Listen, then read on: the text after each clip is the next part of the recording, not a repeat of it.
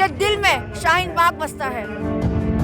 CA NRC ये कानून हटाए कि हमें ना एनआरसी लेनी, वापस ले लो अपनी। मेरा नाम, मैं हिंदुस्तानी हूँ। हम हिंदू मुसलमान करेंगे जो एक बर्तन में खाना खाए हमने, और हम तो यही रहेंगे। मोदी जी की माँ भी तो हमारी बहन है। प्रधानमंत्री की इज्जत उतनी देते हैं जितना पहले था हमारे।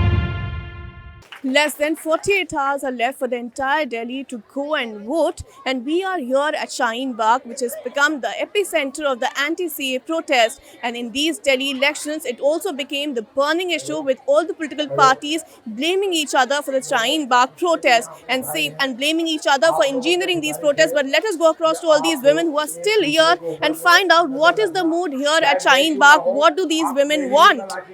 देखिए, हम तो अपने संविधान को बचाने के लिए यहाँ पर बैठे हुए हैं। कुछ लोग हैं जो उसको राजनीतिक का मुद्दा बना रहे हैं, और हम उस मुद्दे से हमें कोई लेना देना नहीं है। हमें उनसे कोई मतलब नहीं है। हम तो अपने हक के लिए बैठे हुए हैं, अपने संविधान को बचाने के लिए बैठे हुए हैं, अपने इस देश को बचाने के लिए बैठे हुए हैं। जो उन लोगों ने संविधान के साथ जो छेड़छाड़ करी है वो हमें मंजूर नहीं है।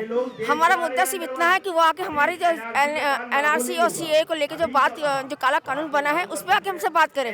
हमसे किसी राजनीतिक दल से हमें कोई मतलब नहीं है, चाहे वो बीजेपी हो, चाहे कांग्रेस हो, चाहे वो जनता आप हो, हमें उससे कोई मतलब नहीं है। वो लोग इसका मुद्दा बना जरूर रहे हैं, लेकिन उनका मुद्दा कामयाब होने वाला नहीं, क्योंकि हमें उनसे मतलब है ही नहीं। हम पाकिस्तानी नहीं है। जो हमें शाहीन बाग को जो कहते हैं कि पाकिस्तान का हिस्सा है, क्या ये शाहीन बाग हिंदुस्तान में नहीं आता है? क्या वो हिंदुस्तान का हिस्सा नहीं है? मैं उन लोगों से कहना चाहती हूँ कि शाहीन बाग जो कहते हैं ना, भारत का राजधानी, जो भारत की राजधानी दिल्ली है, और दिल्ली के दिल में शाहीन बाग बसता है। तो आप यहाँ पे प्रोटेस्ट कर रही हैं, आप सरकार से क्या चाहती हैं? हम सरकार से यही चाहते हैं एनआरसी सीए एमपीआर में वापस ले लें, और सरकार से हमारी पर्सनल दुश्मनी नहीं है। पहले सरकार को सलाम अलैकुम, नमस्ते, सत श्री अकाल, जय भीम बोलना चाहती हूँ। हमें सरकार से रिक्वेस्ट करती हूँ, एनआरसी सीए एमपीआर वापस ले लीजिए। हमें आपसे कोई पर्सनल दुश्मनी नहीं है, या आप ले लें, हम लोग चले जाए अपने घर, और हमसे कोई नहीं। लेकिन अगर दिल्ली के इलेक्शन की बात करी जाए, अब 8 को दिल्ली का इलेक्शन है, और हमने देखा है कि सबसे ज़्यादा एक ही इशू को उठाया गया है, वो है शाहीन बाग का। तो आप किस तरीके से देखते हैं कि एक प्रोटेस्ट जो कि सिटीजनशिप अमेंडमेंट एक्ट के अगेंस्ट था, उसे कि पूरा का पूरा दिल्ली इलेक्शंस में झोंक दिया गया? कि अब उनके पास कोई मुद्दा है ही नहीं ना। अब इलेक्शन का मुद्दा, हर बात में इलेक्शन का। कोई बाहर का आदमी यहाँ बिरयानी ला के हमें नहीं खिला रहा। ये इल्ज़ाम केजरीवाल पे लग रहा है। केजरीवाल तो कभी हमारे बीच शकल भी नहीं दिखाए। अब उनके पास कोई मुद्दा नहीं रहेगा, हर वक्त शाहीन बाग, शाहीन बाग। क्या ये शाहीन बाग की औरतें बलात्कारी नजर आती हैं?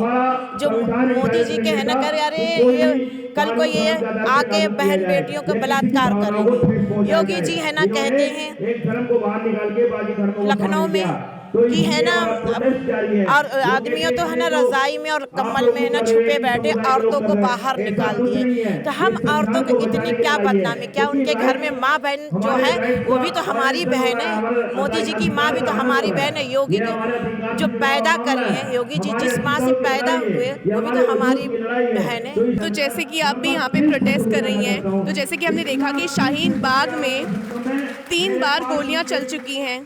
हमने देखा कि कैसे पॉलिटिशियंस ने पूरा पॉलिटिसाइज कर दिया है एक मूवमेंट को, जो यहाँ के शाहीन बाग की औरतों ने स्टार्ट किया सिटीजनशिप अमेंडमेंट एक्ट के अगेंस्ट। तो आप किस तरीके से देखते हैं कि आपको थोड़ा डर लगता है, आप यहाँ पे अनसेफ फील होता है कि मतलब कोई भी आकर के गोली चला के चला गया? नहीं, डर तो नहीं लगता, डर नहीं लगता। और गोली चलाने वाले की बात ये है कि वो पता नहीं क्या सोच है उनकी। ये तो पूरा आप देख रही हैं, आप भी देख रही हैं, मैं भी देख रही हूँ। ये तो सब पॉलिटिक्स से चल रहा है, पूरे की पूरी पॉलिटिक्स है ये सिर्फ इलेक्शन की वजह से ये सब हो रहा है, इतने ड्रामे। तो जैसे कि बीजेपी ने ये बात बोली है कि 11 तारीख को चुनाव के रिजल्ट आएंगे और हम यहाँ पे गवर्नमेंट बनाएंगे और शाहीन बाग को खाली करेंगे, तो उस पर आप लोगों को कैसा लग रहा है कि आपका जो मूवमेंट है जो आज 50 दिन से ज़्यादा हो चुका है, कि आपको कहीं ना कहीं ये डर लग रहा है कि क्या होगा 11 को? डर तो नहीं लग रहा, फिर से मैं दोबारा कहना चाहूँगी, डर नहीं लग रहा। और वो तब की बात है, इलेक्शन हो जाने दीजिए, वोटिंग हो जाने दीजिए, फिर उसके काउंटिंग हो जाने दीजिए, उसके बाद तब बात करेंगे। तो शाहीन बाग की औरतों को ये इतना हौसला कहाँ से मिला है?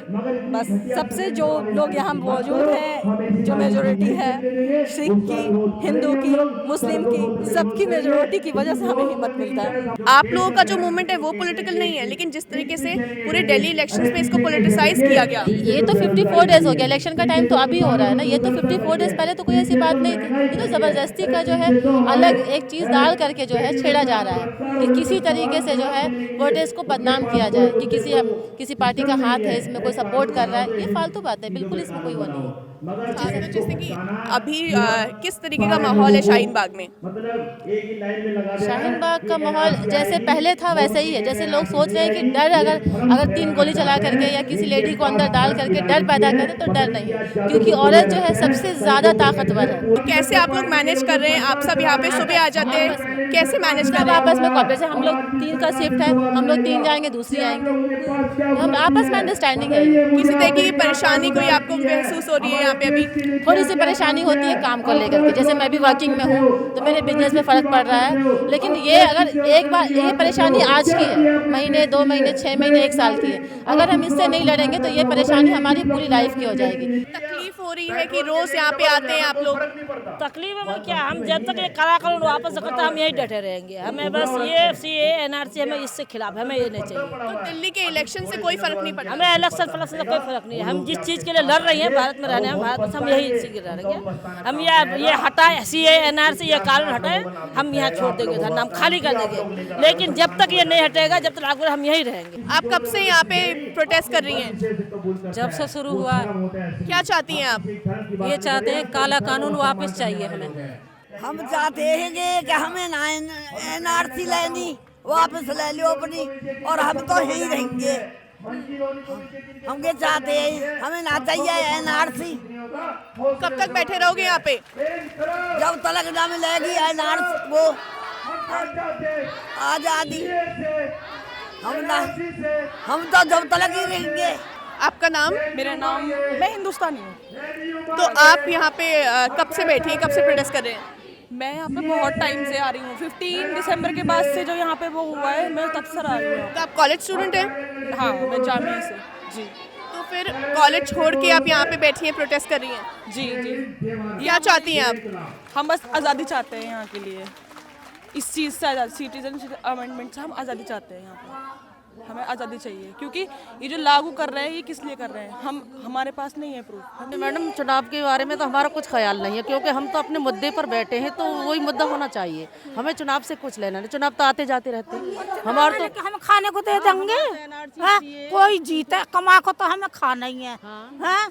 हमें तो जिस चीज के लिए बैठे हैं, चाहे हाथ वाले जीते, चाहे झाड़ू वाले जीते, चाहे कमल वाले जीते, वो अपने लिए जीतेंगे। हमें कमा को तो खिलाएंगे ना। हमने कभी हिंदू मुसलमान न देखी हमारा बुढ़ापा आगा।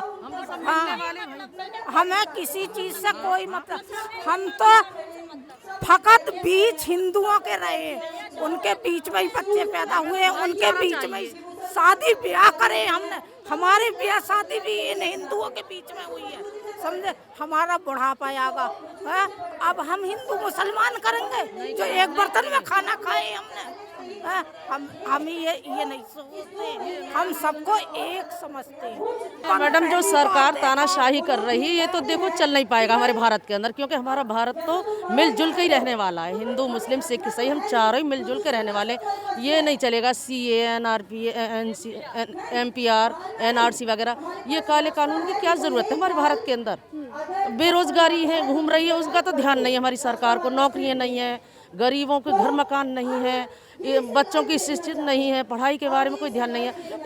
इन एक्ट के बारे में क्यों लाने की ज़रूरत है हमारे?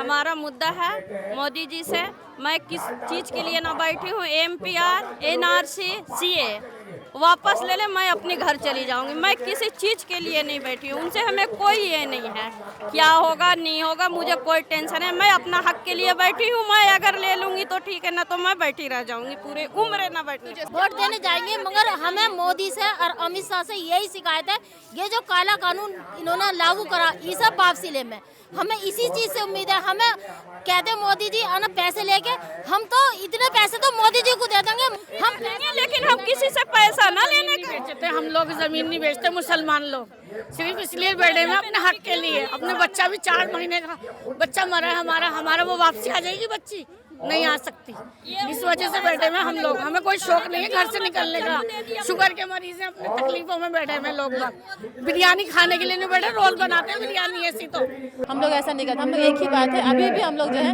प्रधानमंत्री की इज्जत उतनी ही देते हैं जितना पहले था हमारा। हमने वोट दे करके हमने चेयर दे बैठा, हमने नहीं पूछा उनसे कि आपकी क्वालिफिकेशन क्या है, आपका खानदान क्या है, आपकी ज़ात क्या है, आपके बच्चे कितने, हमने नहीं पूछा आपसे। और हमने प्रधानमंत्री का पद दे दिया हमारी वजह से, और वो हमसे पूछते रहते हैं आप कौन से ज़ात के हो, आप क्या हो। गलत बात है। So we heard all these women of Shaheen Bagh, and they are determined that they will not move from this place till the government rolls back the Citizenship Amendment Act, and they reject the politics that is being played by different political parties, and they are trying to give a political color to their protest, as they say that they are sitting here united just for the government to roll back the Citizenship Amendment Act. With camera person Furqan Anupati Gaur for One India. Delhi के दिल में शाहीन बाग बसता है।